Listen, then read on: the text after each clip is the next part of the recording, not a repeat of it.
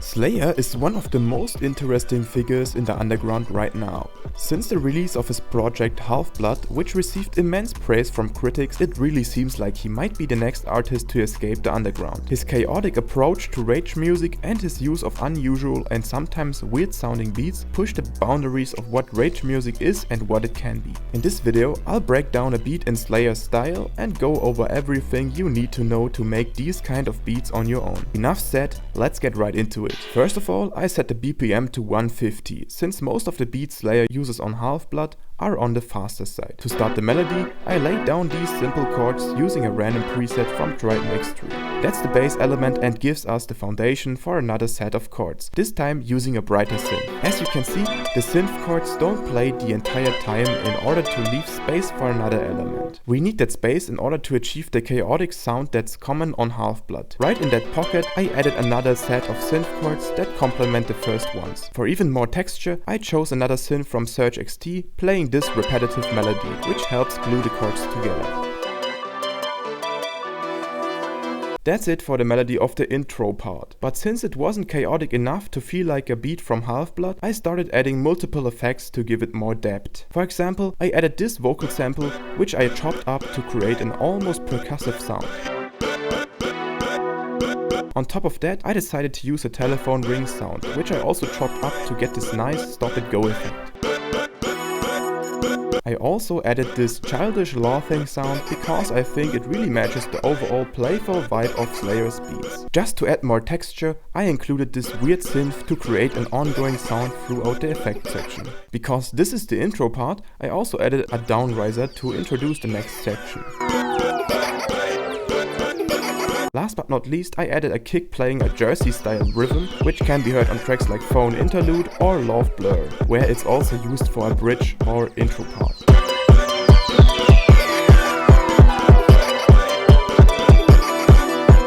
That's it for the intro section, and now we can move on to the drop. Here, I changed the melody but stayed loyal to the approach I mentioned earlier, by playing almost arpeggiated synth chords that complement each other. In this part, this synth melody adds the main drive by playing short notes that almost feel like a plug. In the empty space the synth leaves, I came up with this lead melody, keeping it short and simple to maintain the structure. By overlapping the notes just a bit, we can make use of the portamento feature in Surge XT, which makes the lead sound more fluid and harmonic because the notes glide into each other. Together with the synth chords we already used in the intro, the melody for the first section sounds like this.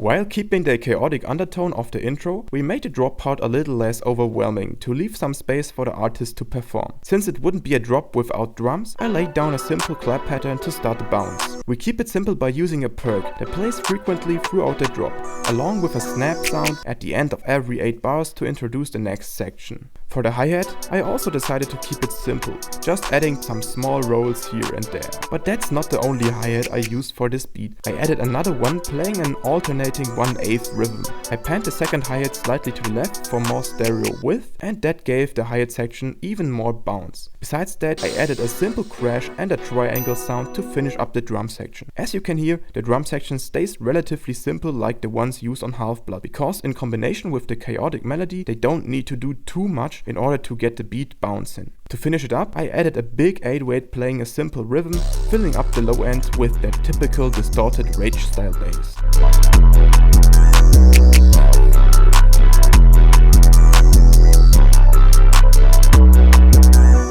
With the drums and bass finished, I started arranging the beat into different parts. While doing that, I thought about the arrangement on Half-Blood, which stays refreshing all the time. Because of that, I made different drop sections besides the one I already broke down. The second drop reintroduces some melody elements from the intro, like the second synth chords and the counter melody that complements them. For the bridge section that follows, I came up with another lead melody that also has this happy and playful vibe.